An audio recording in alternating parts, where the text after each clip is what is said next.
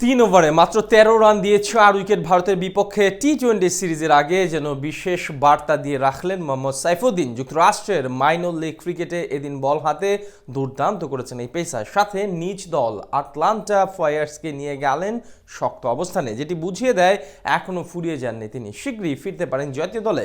Minor league ক্রিকেটে সাইফুদ্দিনের এমন bowling নৈপুণ্য আর ম্যাচের ফলাফল নিয়ে বাকিটা জেনে নেব রিপোর্টে।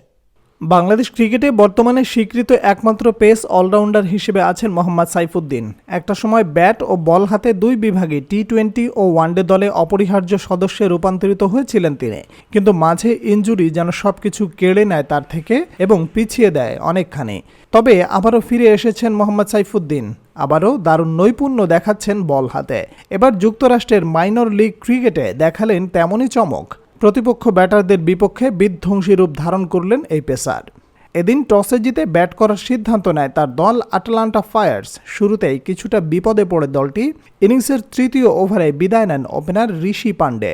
একই ওভারে ব্যর্থ হন টপ অর্ডারের বাকি ব্যাটাররা। স্রোতের বিপরীতে গিয়ে এক প্রান্ত আগলে রেখে কিছুটা চালিয়ে খেলতে থাকেন আর এক ওপেনার স্টিভেন টেইলর।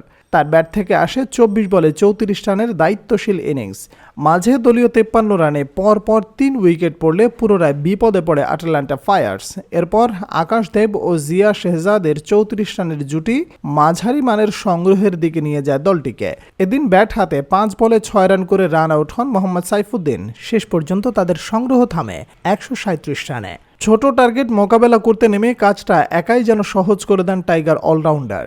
দ্বিতীয় ইনিংসের চতুর্থ ওভারে বোলিং করতে আসেন সাইফুদ্দিন, যেখানে প্রথম 5টি বল 2 ব্যাটার মিলে সামাল দিলেও শেষ ডেলিভারিতে সাগর প্যাটেলকে নিজের বলে নিজে ক্যাচ নিয়ে আউট করলেন তিনি।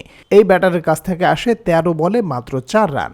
তার বিদায়ের পর কিছুটা ধীরে সুস্থে খেলতে থাকেন 2 ব্যাটার আরন ও অর্জন। তাদের দুজন থেকে আসে 69 রানের জুটি। এরপর অর্জন 24 বলে 34 রান করে বিদায় নেয়ার পর আরন বিদায় নেন 38 রান করে। মাঝের সময়টা আবার শুরু হয় বলার সাইফুদ্দিনের তাণ্ডব। ভারতীয় বংশোদ্ভূত উন্মুক চাঁদকে আউট করেন 18 রানে আর আটালান্টা লাইটিংয়ের অধিনায়ক সানি প্যাটেলকে ফেরান 9 রানে, যার সুবাদে ম্যাচটা চলে আসে ফায়ার্সের দিকে। শেষ মুহূর্তে জুনায়েদ সিদ্দিকীকে বোল্ড করে দলের 4 রানের জয় নিশ্চিত করেন টাইগার অলরাউন্ডার। এদিন বল হাতে 3 ওভারে মাত্র 13 রান দিয়ে 4 উইকেট শিকার করেন তিনি। এটিই ছিল টুর্নামেন্টে তার দলের প্রথম জয়।